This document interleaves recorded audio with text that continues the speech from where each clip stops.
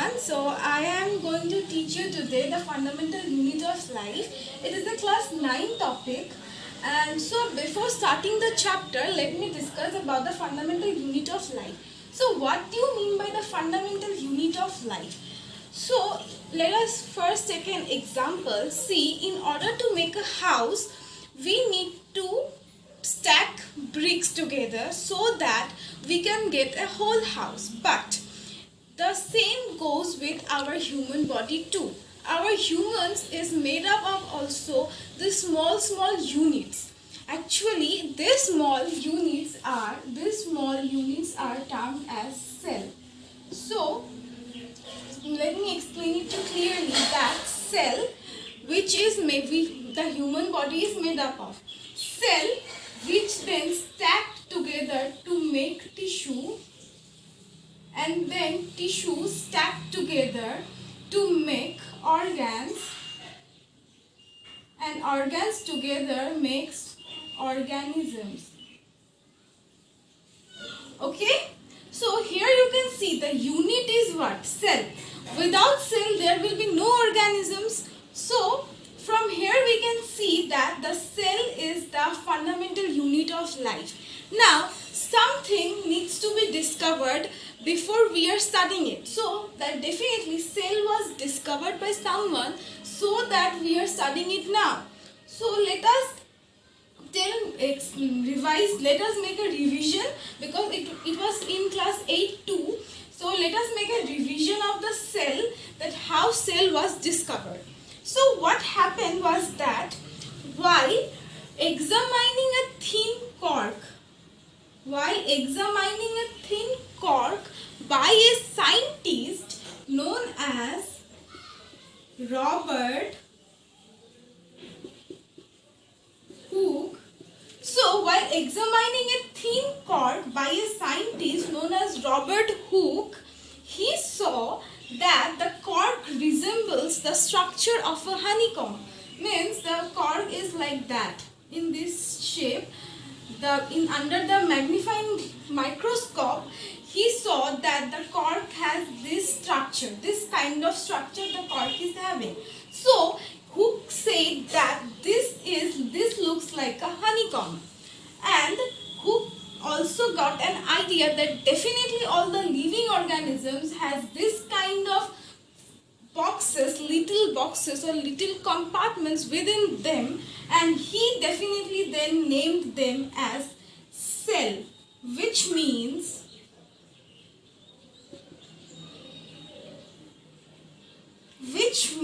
little room. So cell means little room. So now from up to now we have learned about what the fundamental unit of life is, that is cell, and how cell was discovered. Now we are going to describe, or you can say study in details, that how or what cell is made up of and what are the functions that cells do. Now before going to that, let me tell you one thing, that in the universe there are two kinds of organisms basically present. Number one is unicellular.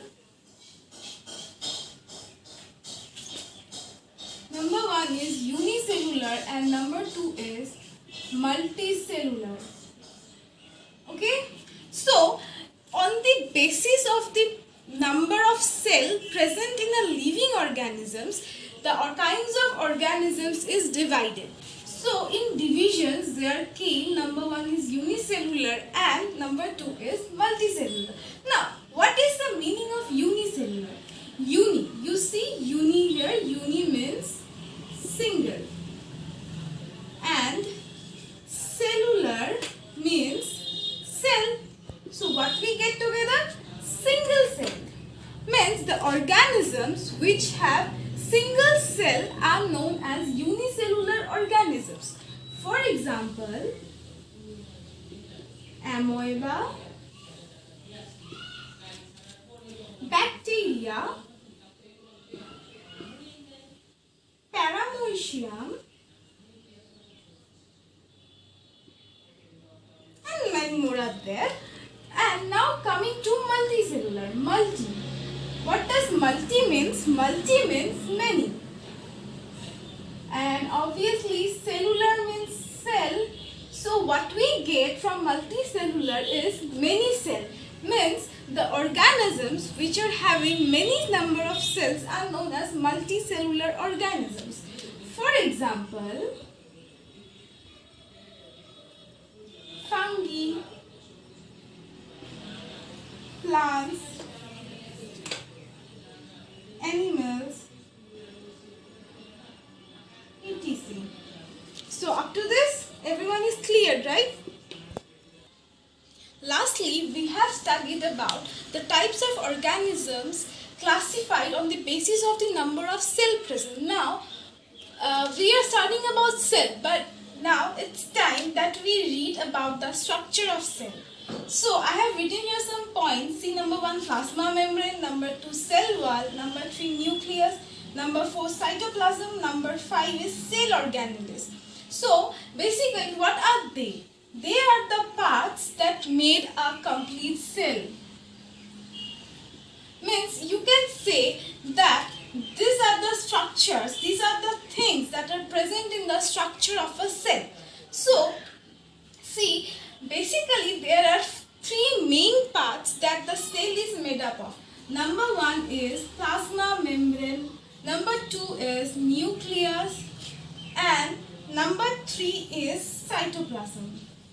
So see, these are the main 3 parts, this and this are the main 3 parts that the cell is made up of. Now you have been thinking that then why I have put here the cell wall and the cell organelles. So there is a reason behind it. So you see the cell wall. In general, cell wall is only present in plants. It is only present in plant cell. Means there will be no cell wall in animal cell, but it is only present in plant cell. So it is a unique case that a cell has. And nextly, the cell organelles. So you see the cytoplasm contains cell organelles, means the cell organelles is within the cytoplasm. So obviously the main part is the cytoplasm here. Then nextly it is cell organelles. Now see, since we are reading, we will be reading all those things in detail. So let me start it step by step. I will be writing here the points or the few characteristics of each of the parts present here. So just note it down for your own good, okay? So now here comes the plasma membrane. So I have written 3 characteristics of the plasma membrane. So let me first read it aloud and then I will explain it, okay? Now see number 8, the outer covering of the cell that separates the content of the cell from the external environment. Means number 1 characteristic is that it is the outer covering of the cell. Okay, so the cell, suppose this is a cell, okay, this is a cell and this is a nucleus here. So this outer covering that separates the inside content of this cell from the external environment is the plasma membrane. That means this is the plasma membrane. Okay? Now see, it allows the entry and exit of materials in and out of the cell. That means that this plasma membrane does not allow the entry of exit of the unnecessary materials. It only allows the entry of the important materials only, and it is also sometimes or mainly known as the selectively permeable membrane. That means it only allows the entry and exit of materials that are necessary to us or that are necessary for our cell to live alive. Okay, now see the third point is based on the second point, that it is a selectively permeable membrane. As I have explained it, that why it is known as a selectively permeable membrane, it is that the plasma membrane only allows the entry and exit of fewer materials which are required by our cell. Okay, so first, in our first point, we have read about the plasma membrane. Now coming to the cell wall. So see, I am going to read it aloud, the three characteristics of cell wall, then I will explain it one by one. Okay. So see, number A, it is only present in the plant cell. So as I have mentioned earlier that cell wall is a special or unique characteristics of cell, that it is only present in the plant cell. And C, next point is it lies outside the plasma membrane. See, generally in animals only one layer of membrane is present, that is the plasma membrane. But in case of plant cell, another additional layer is added and it lies above the plasma membrane, and this is the cell wall. Okay? Now see, it is made up of cellulose, a complex substance that provides rigid strength. Now the cell wall is made up of cellulose, which provides rigid substance to the plant cell. Now see, what is the necessity behind the additional layer called cell wall? Now here comes another point, is that we animals are motile, means we are able to move around and stay in a calm environment whenever we require. But the plant cell is different. But the plant has to stay strong in a particular position and has to face all the climatic changes, including hotness, coldness, etc. etc. So in order to make them more strong and more in strength, another additional layer of cell is added, and that is known as the cell wall. Okay? Now see, coming to our third point, nucleus, and which is a very important point, because nucleus is considered as the brain of a cell.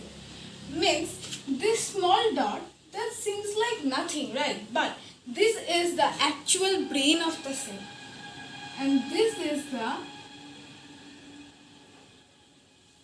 nucleus. Now see, the number one characteristics is that it contains chromosomes, which contains information for inheritance of characteristics from plants to the next generation in the form of DNA. Now see, you have heard from your parents or from your relatives saying that you resembles just like your fathers. Now what does that mean? That means that your father's trait is inherited into yourself. And how is that possible? This is only possible because of the nucleus, because it contains DNA or chromosomes that makes the exactly same trait for you, is so that can be inherited in you in when you are born. So nucleus is generally considered as the brain of the cell, because it is responsible for the transfer of characteristics from your parents to you, or from you to your generation, your next generation. Now see, coming to the next point is that it contains a double layered covering called nuclear membrane. Now nucleus is protected by another membrane which is known as the nuclear membrane. Now see, what is the function of nuclear membrane? Is that it contains spore. Suppose this is the nucleus and this is the nuclear membrane.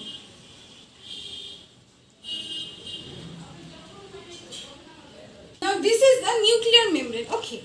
So what it does is that it contains spore, which allows the transfer of materials inside to the nucleus and also the outside of it, just as the plasma membrane. The plasma membrane does is that it allows the entry of materials from external environment into it, and it allows, nuclear membrane allows the entry and exit of materials from the cytoplasm to the nucleus. Okay, so this is the nucleus, and this is considered as the important part of the cell. So this is very important point, so make it note. Now coming to the last point, which is the cytoplasm. So see, what is the function of mainly cytoplasm and which part of the cell is the cytoplasm? You are watching that these are the empty spaces here. It is full of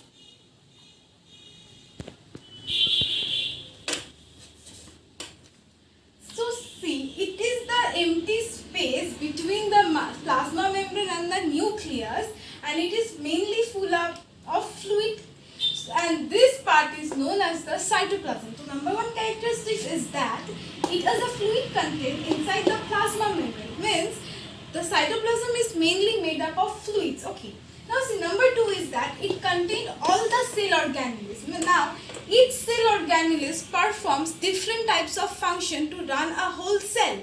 Now see, what are the cell organelles? ER, which means endoplasmic reticulum, Golgi apparatus, lysosomes, mitochondria, plastids and vacuoles. These are the 6 cell organelles present in our body. Now what are their functions is that this generally runs the whole cell. Means these are the parts of the cell that you can say that these are the general parts of the cell, and they are the main parts, and these main parts of the cell you can say which performs all the mechanisms of the cell. Suppose you have heard about this mitochondria, and this is known as the powerhouse of the cell. That means it supplies energies to the cell to perform all the mechanisms. So this is the end of this topic. Now what we have learned from this is that what is the fundamental unit of life, and what is or how cell is discovered by whom.